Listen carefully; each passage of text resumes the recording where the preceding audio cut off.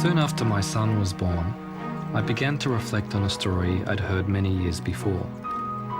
It was a story about the power adults hold over children.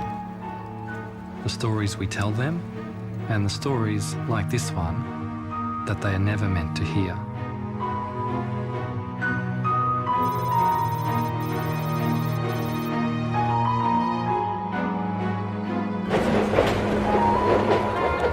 The 6th of April 1966 started just like any other day in the city of Melbourne.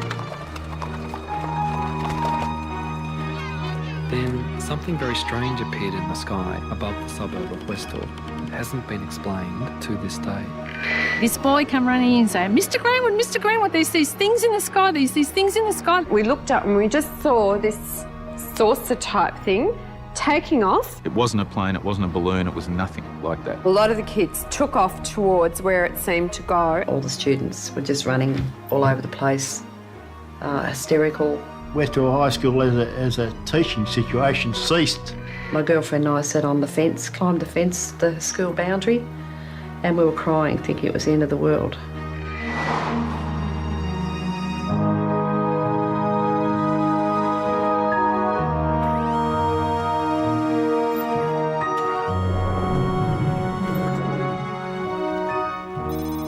This is a mystery story that has, as its setting, a school.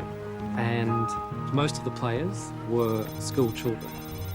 They had this extraordinary experience, which they then tried to share with adults. And a lot of them had a lot of trouble doing that. They were disbelieved, almost stigmatised.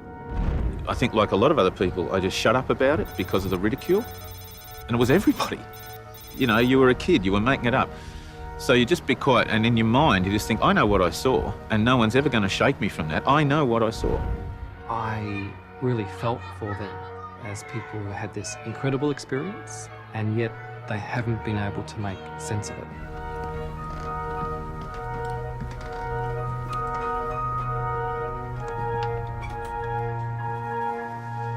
This is the biggest mass UFO sighting in Australia, yet it seems to have been suppressed, deliberately kept out of the public view. Like the witnesses, I want to find out why.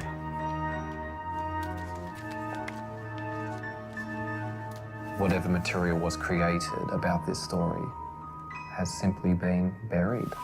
And yet, this memory has survived. And it only has to be slightly pricked. And it's like the floodgates open, and all the memories come rushing out. I was precipitating various chemicals in order to make crystals, and I just happened to be looking out the window, thinking how to fudge my science report. What I saw directly south was something that I'd never seen before. We were out playing sport on the oval. One of the kids yelled out, look up in the sky, you know, it's flying saucers. And I remember we all looked up, and it really was a flying saucer. I mean, from what you imagine, a flying saucer, it was a round silver disc, and it seemed to be very low over the school. And I remember kids screaming and running inside. This student came in, was hysterical, leaned up against a sliding door, screaming, there's a flying saucer in the oval. And of course, everybody started to head towards the door, and the teacher said, sit down, it's not recess yet. And a few minutes later, the bell went off. Everyone started moving, like a whole lot of zebras being terrified by crocodiles. I went where the herd went.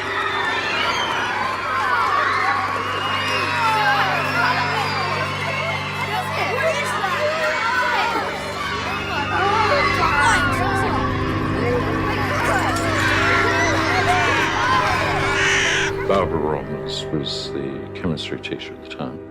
And she just grabbed a camera and started clicking.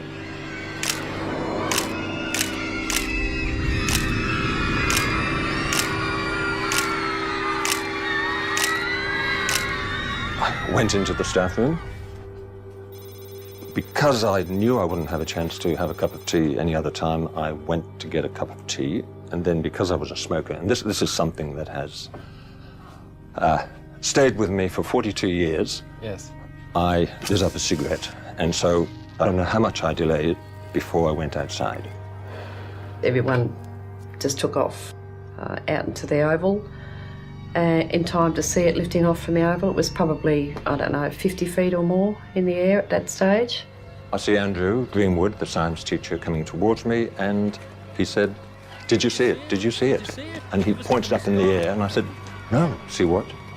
I have a very, very clear picture of him, and I remember almost exactly what he said. And he said it was up in the sky, it moved at incredible speeds, it hovered, it seemed to go away, and there seemed to be light planes. He thought Cessnas he thought they were actually checking it out from the Melbourne airport, and they were circling around it. Sort of stopped dead, and stopped dead in the air, and then it just sort of started descending straight down. And I'd say it got down about halfway up that gum tree or above the goalpost and sat there for a while, and then it just sort of lifted straight up and then just took straight off. This thing went down behind the trees, then it came up, and it was like it had become aware of these planes coming in, and it just went woof and just left them like they were standing still. And then it went across to an area called the Grange, which was a bit of a pine plantation behind the school.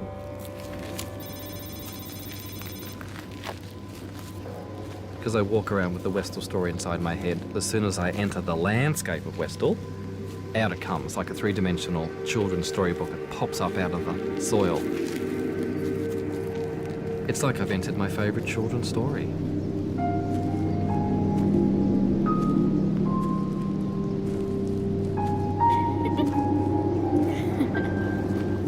The Grange was a special place for Westall students.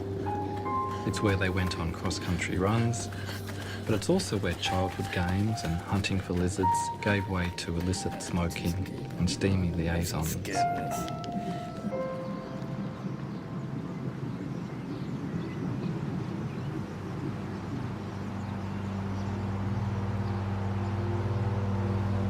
Going the wrong way now. Let's be back here.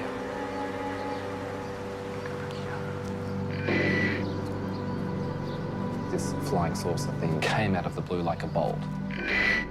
It's intertwined with romping around down at the Grange, out of sight of the school authorities or their parents. It has that sense of being involved with something dangerous or clandestine, and they were part of it.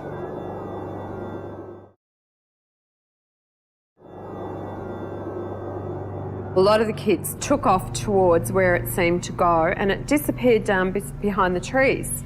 So we all got through this fence and ran towards where it had appeared to land. Tanya and I and this other girl, we were over the fence. Tanya was in the lead, and we ran towards where it was coming down. I lost sight of Tanya. She was in front of me. A couple of girls got there faster than me. I was a bit slow. And they actually passed out. And apparently it did land, because when we got there, there was a great big round patch of like flattened yellow, almost burnt, although I'm a bit sketchy on that. I can't remember if it was really burnt or whether it was just flattened, but it was sort of yellow and the grass was all flattened in a swirly sort of a pattern. Before I got there, the disc came back up again, so I stopped chasing it. We looked up and we just saw this saucer type thing taking off, and it seemed to turn side on and just disappear into thin air. And what about your friend Tanya? I believe she did see it on the ground. She did see it on the ground? So I was given to believe, yes. But I went back to school, and Tanya went back to school and basically had gone all to pieces. There was definitely an ambulance on the oval, and I was told that she'd been taken away in the ambulance, and that was the last time I ever saw her. Wow. She was just gone, and she never came back to school.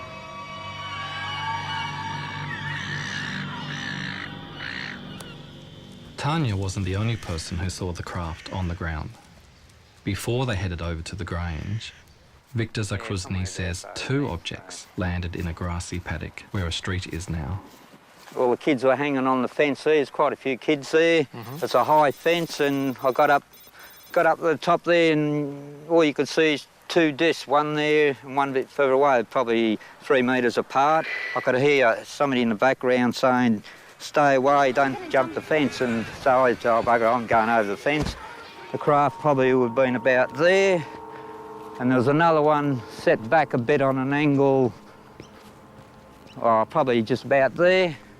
There's a few kids walking around there, and I was the only one on this side. I got up to it to want to touch it, and it was, well, you could feel heat about 1 metre away coming from it. It was pretty warm or hot, and within a minute or so, it just, both of them just lifted up at the same time, about this height. And I seen, oh, that was breathtaking watching that, and then it just gradually lifted up, and then went off towards the pines. I did a rough sketch of it. Wow, look at that. This is the view from underneath. That's underneath. There's no seams, no joints, it's just smooth metal. Normally an aircraft has sheet metal, pipe rivets, or all that sort of stuff there. This looked like come out of a mould or something like that, all one smooth piece of metal. It was just incredible. It's just something like you see in the movies. But this is more than just cinema. If we look at the possibilities for this story, they are extraordinary. We're talking about the possibility of life coming from another place and just appearing one day in their midst, and then leaving again and leaving everybody with so many questions, but with a new openness to the beyond. If I'd been at Westall on that day, I would like to have raced after that flying saucer and gotten so close to it, to have held it in my hands. But the adults at Westall High School saw it differently. That afternoon, our principal called a special assembly and told us all not to talk about it. All I know is the whole school was told off. The headmaster says, "All you kids are nuts. It's a weather balloon. Don't talk about it." I was prepped to tell the students that what they'd seen didn't exist. We weren't allowed to leave the school, at least I wasn't. My job was to walk up and down the corridors and make sure that all students were in their rooms. I was walking back from the West End. There was a confrontation between Mr. Sambleby, Barbara Robbins, and a man I'd never seen before. I thought it was a police uniform, but it was just dark blue. It was demanded that she hand over not the film, but the entire camera. I was near the gate and the police had arrived. There were journalists outside. The police are being caught in to keep the journalists away. We were told that we weren't allowed to speak to the media in school grounds. After school finished, there was a TV crew outside the school grounds, so we undertook an interview with them. Everyone took off onto the oval. Now, I can't remember whether it was a principal or a school representative that came out and ordered us to go home and the film crew to leave. And I'd actually been giving an interview to Channel 9 and the policeman actually walked up to them and said, "Stop filming and you go back into the school ground." Okay, so that's what I did.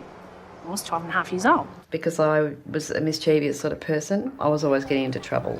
I had detention for actually appearing on the show, and then I got detention again at a later date after my picture and story was in the Dandenong Journal. So I didn't go unpunished, but it was worth it.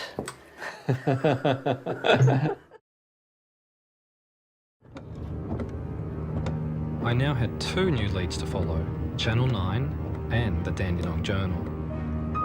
I rang Channel 9 first. They searched for a flying saucer story, and there it was.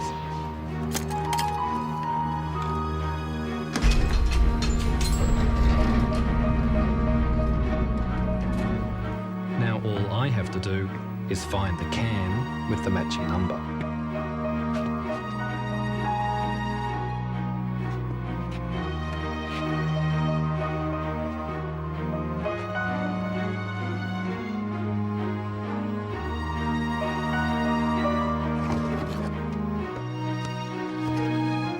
But oddly, there was nothing there. I was absolutely devastated, and nobody had any idea where it had gone.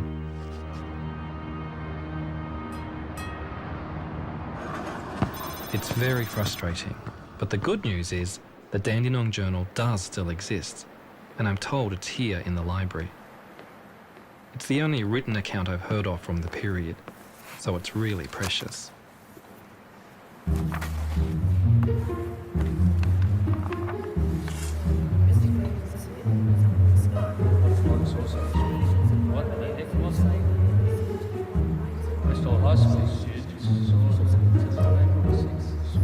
Something obviously happened. Some people apparently didn't want the kids talking about it, and that raises all sorts of questions. Why couldn't it have been discussed? Why couldn't it have been talked about openly? And why couldn't anybody find any more information about what it was? The headmaster, Frank Zīļbulbī, is a key part of the story. He's passed away, but I hope his children, Max and Gail, can shed some light on his behaviour. Hello, Shane here. Anybody home? Hello. How are you? I'm good. How are you? Max? Nice to meet Hi. you. Nice to meet you. Thank you very much. Thank you.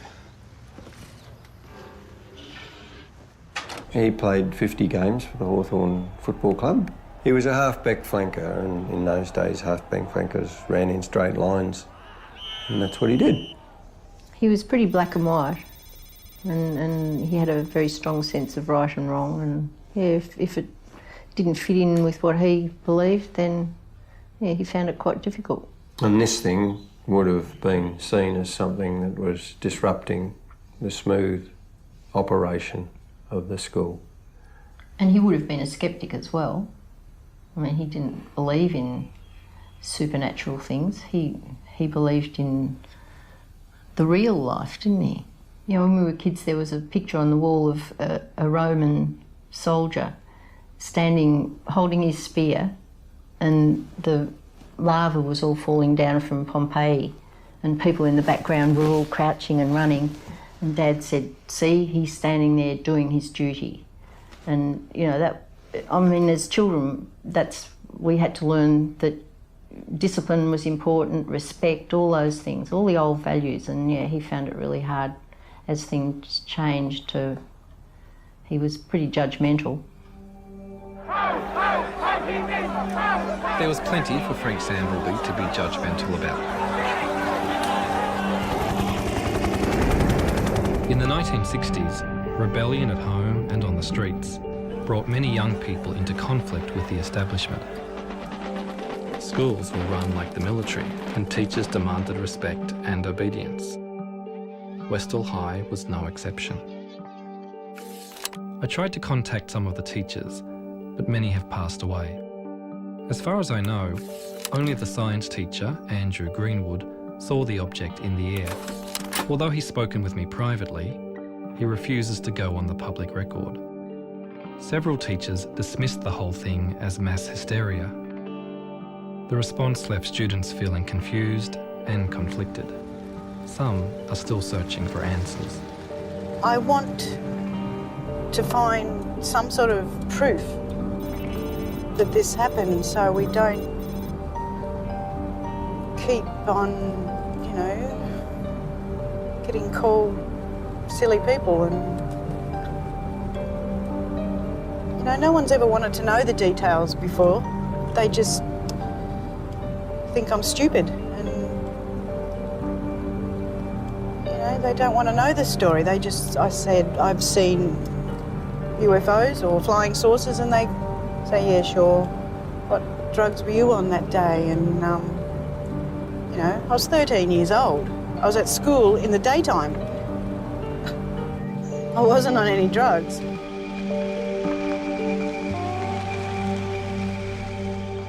Slowly you start to drift. I'd like you to visualize the area that we've discussed before. You're in the classroom. You're with Mr. Greenwood, who was the teacher there.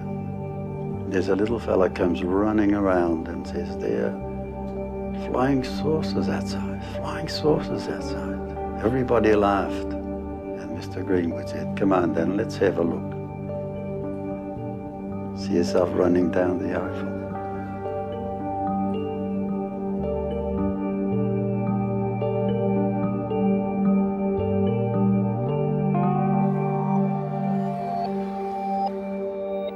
We're all affected by our experiences that aren't ever properly acknowledged or accepted.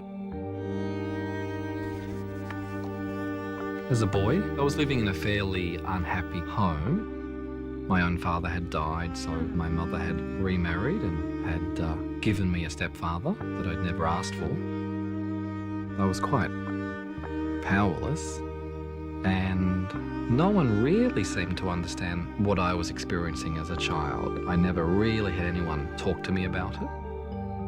Just having it acknowledged that what I was going through was real, that would have been a start. 1, 2, 3. Even though I know it's true, the more I try to see it again, the harder it becomes, I think.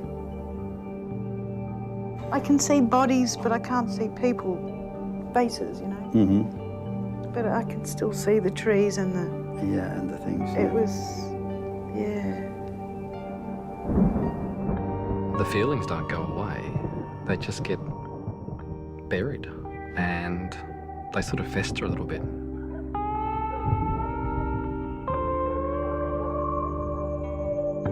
I saw the classroom for the first time, and then I saw heads bobbing, walking across the oval towards the end of the school ground, and then there they were.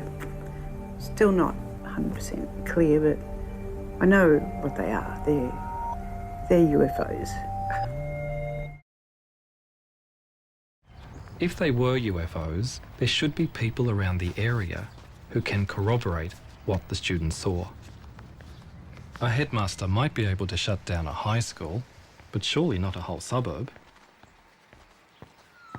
Within days of delivering my flyers, I'm contacted by a new witness, Paul Smith, who used to work on a property next door to the Grange.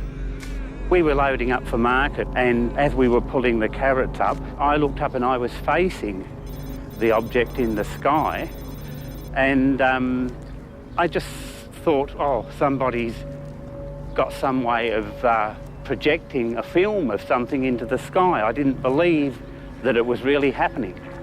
But my boss turned around and he saw it, and we stood there looking at it for several minutes. A few moments later, the children came over from the high school and they noticed us, they saw us, and they sort of took a while to make up their mind whether they would come onto the property, realising it's private property. Yes. And they decided they'd come in anyway, and they did. They ran straight over the market garden, and they crossed and walked down here to this corner. After a while, trucks turned up with, it looked like army trucks. Right. And there would have been about 20 guys got out. About how long after the object had vanished in the trees? Oh, I think it was only 20 minutes, which is not a long time. How did you know they were from the army? Well, they were khaki-coloured trucks, the covered in patches, you know, sort of that they to hide, you know. Like camouflage? Camouflage truck, yeah. And it was the long ones that carried quite a few people, and a couple of jeeps. So a couple of trucks, and a couple of jeeps, and about 20 men in uniforms? Yeah. And the uniforms were what sort of uniforms? Just khaki-coloured uniform. Just khaki? Yeah. No other, don't remember any other sort Not of... that I can remember, no. Colours or... No. I went looking for a military expert. If the army was able to turn up in just 20 minutes, where could they possibly have come from? It's quite evident that there was no deployable troops available in Melbourne at the time. The main units were all logistic, the supply battalions and so forth at places like Broadmeadows. There were lots of citizen military forces, today's equivalent of the Army Reserve, part-time units, but they couldn't have responded so rapidly, and nor could they have responded in such a large number. I've come to the conclusion that the first people to respond to the incident at Westall would have been civilians of some sort, quasi-civilians, probably working for defence, and probably wearing the sort of work dress that civilians working for, say, the Department of Supply, say, the research and development establishments of the period, the sort of work dress that those personnel wore. I discovered that other people in uniform were seen in the area on the day of the sighting. 𝙲𝙷𝙰𝙽 went to the Grange with his younger sister, but they saw what seemed to be a different unit. We hid behind this tree, but fortunately this tree, the branches came down to the ground. Here we are, crouched down on our knees, and we can only look every so often as this tractor came around. He was on guard duty. This was a farmer who's decided to help out. We observed 2 army trucks, 2 men in camouflage, and 2 men in blue uniforms. We better cover this area. And it appeared that a soldier was using a metal mine detector. He's walking around, sweeping back and forth. Keep down. They'll see The next time I see them, they turned and they started kicking violently at the ground. The 2 officers decide then, time to come back. They come back to the truck and they were gone, and then we could enter the paddock. We had no idea what we'd all walked into. We didn't know what those army men were doing, and all I can say, it was just, what is this? To have the army there and all the rest of it, it was something important. They certainly were not Australian, because Australians were not using camouflage uniforms in those days, in the mid-60s. Nor would they have been British. But the description of the uniforms certainly matches those worn by the United States Air Force in the mid-1960s. There were American military and intelligence personnel in Australia in 1966 as part of the Vietnam War effort. The Cold War between the USA and the Soviet Union was in full swing, extending across the world and even into outer space. We choose to go to the moon in this decade and do the other things, not because they are easy, but because they are hard. The space race between the superpowers fueled the public imagination at all levels. Flying saucers have invaded our planet. Washington, London, Paris.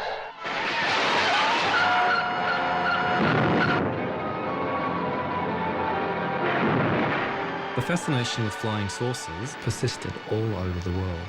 Australia was no exception. Well, so far, I haven't seen anything even vaguely resembling a flying saucer or even a flying cigar. But thousands of people, in fact millions, do believe they exist. What do you think they are? They are real, anyway. They come from the other planets. Some of them might come from the centre of the Earth. I haven't seen one close up yet. This is what I'm looking forward to one day. You took a step towards the figures and the object. We used to invite people who reported sightings to talk about their experience, because if the sighting was a dramatic one, they would feel, I just need to talk to somebody. But if I discuss it with my friends, they say, well, I've been drinking.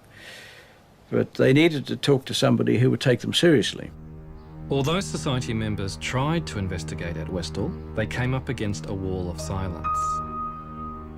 All they can now find in their files is a couple of photographs and a sighting report filled in at the time by one of my student witnesses, Joy Tai.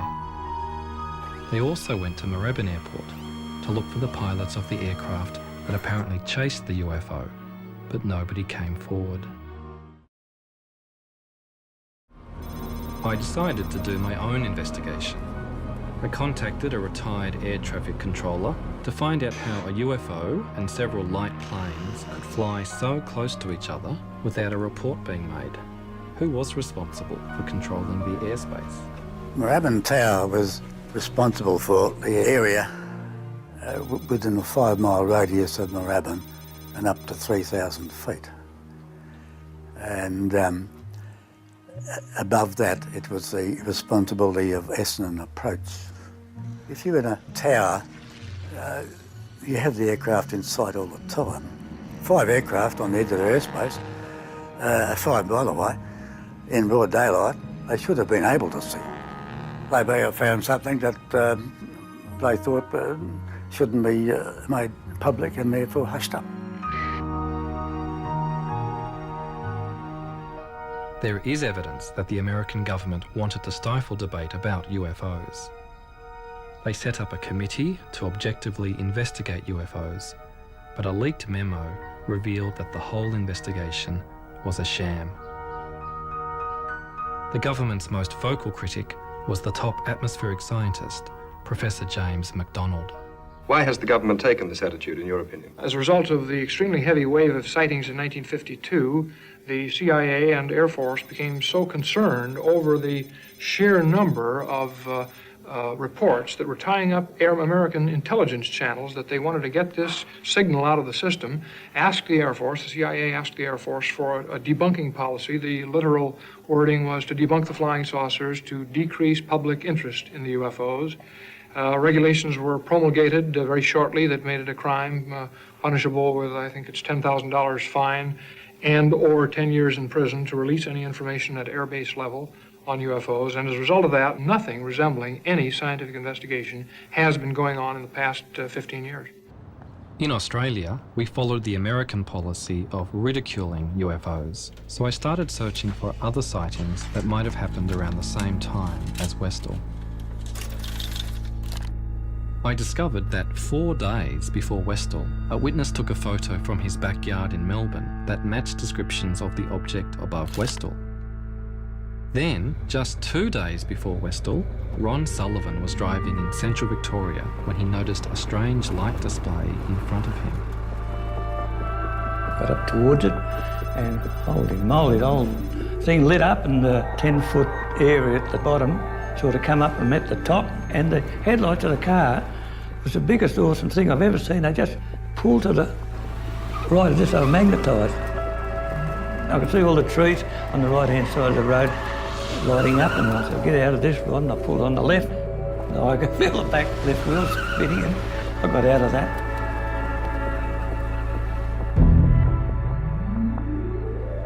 Ron only reported the incident after he heard that a young man died when his car collided with the same tree Ron had narrowly missed 2 days earlier.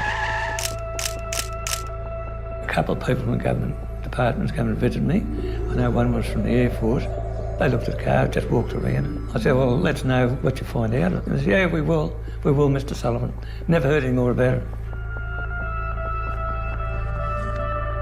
When I checked out the Royal Australian Air Force's list of UFO sightings for 1966, none of these cases were mentioned, though we know they investigated them. It took 16 years for records to be made available to UFO researchers. They knew what I wanted to look for, and when I arrived, there was a body of files there that consisted of a couple of very large postal sacks. I kept requesting more and more files, and ultimately I got to a point where I examined a continuity of files that satisfied me that I was seeing a comprehensive picture of the RAAF investigation at that time. I had a shopping list of things that I was focused on, and one of the key cases that I wanted to find out about was the Westall case. And surprising, with the rest of the shopping list I was fairly successful, but the Westall case, given that there seemed to be literally at least hundreds of people involved with it that had media attention at the time, there appeared to be evidence that there was a military investigation at the time. There was no Westall file. The disclosure team was between about 6 and 9 people over the years. As you can imagine, a 4 or 5 year project, as it turned out, needed quite a lot of effort.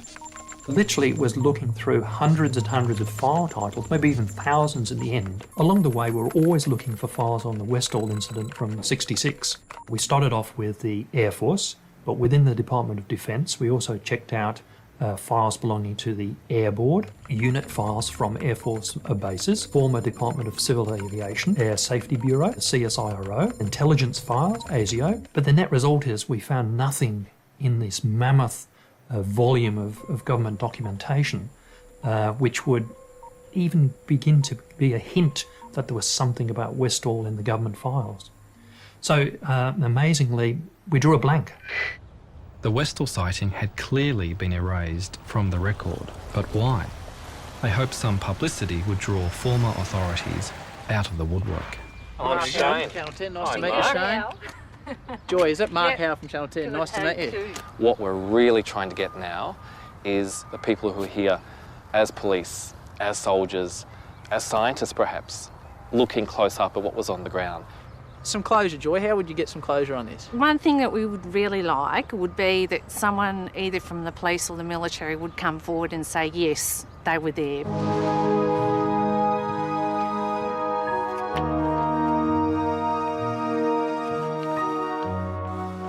Nobody from the authorities contacted me, but another witness did.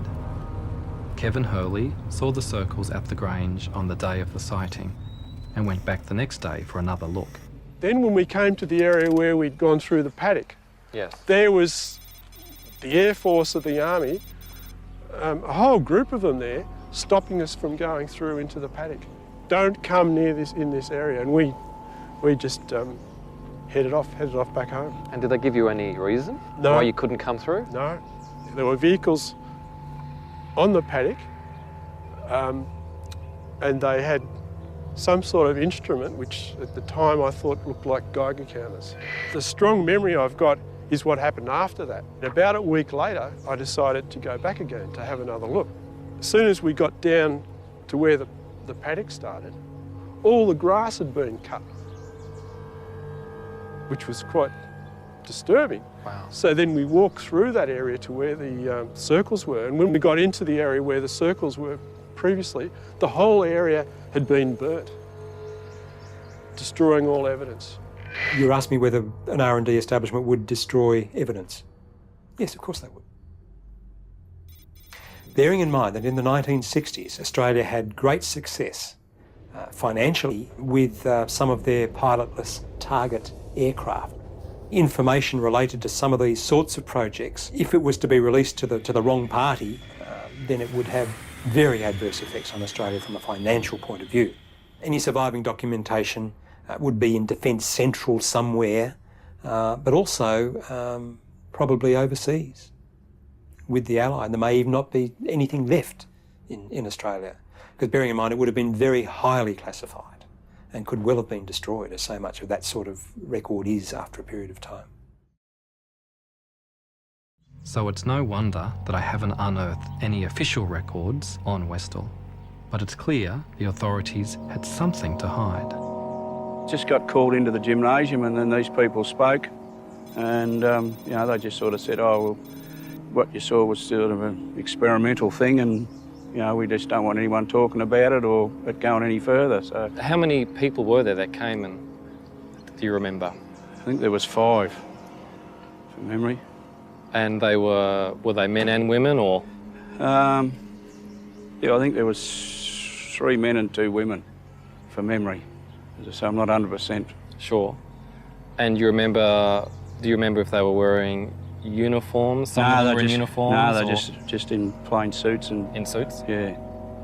And did they explain where they were from, who they were? No, not really. Just a couple of the teachers said afterwards they're from one of these experimental mobs to do with the armed forces and stuff like that, and that was sort of the end of it. It had to have been something that we were working on, and we knew all about it. We were in on it, even though we mightn't have known the detail. To have responded, that's one of the... That really, to my way of thinking, that's the key, is the fact that we whoever it was, the authorities, responded so rapidly. Now, they must have just about been sitting on the trucks with the engine going. And perhaps they were. Perhaps they'd received technical intelligence that there was something going wrong with this experimental craft, and they weren't sure where it was going to land, but they were ready to go get it as soon as it did land. It sounds like a rational, logical explanation, but it needs then to be supported with evidence. If you think about how the people described the shape of it, the speed, the manoeuvres that it made, there is nothing around today that comes close to that. The final proof might be, for example, getting a piece of the flying saucer and examining it, subjecting to scientific examination, and finding that it's of an element that is not manufactured on Earth. Now, that would maybe be the final proof. We haven't got that. So we're still at the circumstantial evidence stage, and whether that leads you to say, well, these are from outer space, they're interplanetary spaceships, or not, is a philosophical question. It's a question of what you yourself feel is proof. A yellow sign. I crave the proof that can be held in my hands and touched and smelled and measured. But I think we need to make room for a little mystery in our lives as well. I reckon somewhere in this area I believe truth can exist without proof of it, and I see a real truth in the stories and memories of the witnesses, Probably even if it doesn't answer the question, what was it that flew over Westall? what I saw, I believe, is what a flying saucer has left behind. Professor James McDonald looked for proof in statistical data. His research brought him to Australia a year after the Westall sighting. I'd ordered some of his papers from Arizona University, hoping to find something about Westall. Wow, what is all this? There's a lot of stuff here. James McDonald's journal. His trip to Melbourne. There'll be stuff in here about Westall. Has to be.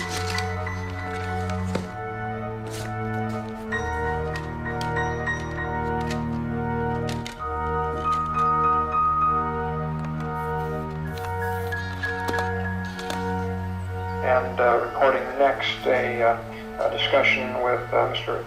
Andrew Greenwood in connection with the Westall sighting. This business about the headmaster, he's the one who seemed to be quite influenced by some pressures to keep things quiet. He just told me that an Air Force officer had been out to the school, and I was teaching at the time, and he told me that he wasn't going to interrupt my class so that I could speak to them. He promptly told them to get lost together. They can't have had much time with him, because I know I was very friendly with the senior master of the school. He said they were only in his office for very few minutes, and Sambleby had sort of come out fuming and muttering, what rot, and all the rest of it. It's nice to have somebody telling the RAAF that it's a lot of nonsense and sending them packing. Victims of their own propaganda here. Yes. Now I had further corroborating evidence that the Air Force was involved at Westall. But students said other senior authorities also came to the high school. I was called down to the headmaster's office, and there were two men in the headmaster's office, very well-dressed gentlemen in suits. They weren't introduced to me in person, and I don't know where they came from. From my references now as an adult, I would say they were Asia. So this is the actual office? Oh, this feels quite weird, yes. Yes. There was a desk down this side here, and the headmaster was over here on that side, and the two men were standing over there, and I stood with my back to the window. Only one man spoke, and he started off by, we'd like you to go through what you said happened yesterday. He was firing questions at me fairly rapidly. Then we went into, oh, and we suppose you think you saw a flying saucer. And I'm like, well, I didn't say that. I said I saw an object, and we suppose you saw little green men. Can you remember how you felt once it was over? When I was actually in the confrontation situation with the men, I felt very angry. When I came out, I think I burst into tears. They were certainly Australian government, and I think it was part of their job to keep everything quiet and to not let the facts come out. They knew more than what they were saying. It was their job to squash what was being seen. It was a bunch of kids that saw this, so we would be able to squash this down. The authorities had found a way to silence the children, but they still had unfinished business with the teacher, Andrew Greenwood. He told me that two officers came to his home and threatened him under the Official Secrets Act. They said that he couldn't have seen a flying saucer at Westall because there were no such things as flying saucers. They threatened to tell people he was alcoholic, even though he wasn't. As a first-year teacher with a career ahead of him, he couldn't take the risk of speaking out. The person who had taken all the risks was Professor James McDonald. His criticism of the government had provoked powerful enemies, but it didn't stop him challenging the establishment with other unorthodox scientific theories. Years ahead of his colleagues, he predicted high-altitude aircraft would destroy the ozone layer and increase the risk of skin cancer. He was invited to address the US Congress, but during his testimony, a congressman made an opportunistic attack. He publicly ridiculed MacDonald by saying he believed in UFOs and little green men. MacDonald's professional reputation was ruined. James MacDonald tried to create a climate of openness where unorthodox thinking could flourish. That's not what happened at Westall. I remember the assembly that we're all called for. We weren't even allowed to talk about it in school. We weren't allowed to mention it at all. There's like 20 people plus in the room at the moment, and there's a real buzz, and everyone's talking about my story. They're talking about the story. And as they're talking it through, they're putting the pieces together. It's wonderful. What isn't wonderful in the telling of this story is that Professor James MacDonald finally gave up the fight for UFO science. Humiliated and broken, he took his own life.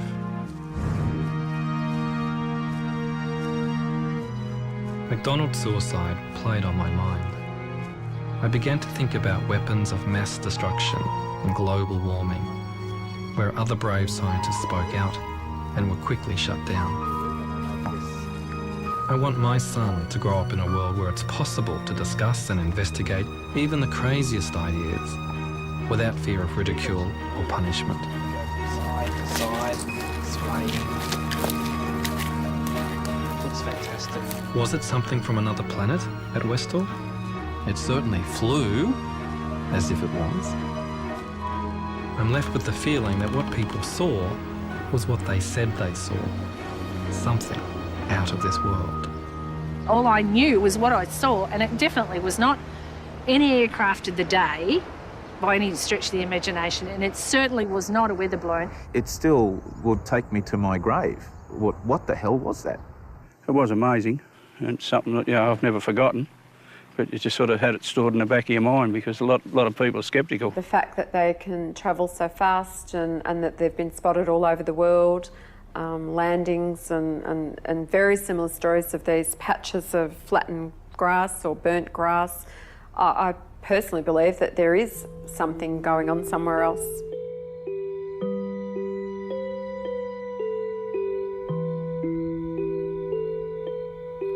I believe there's life out there. There is. I don't know what they look like, but I'm not afraid of them. I look up at the sky and say, look, where are you, you people? Come and talk to me.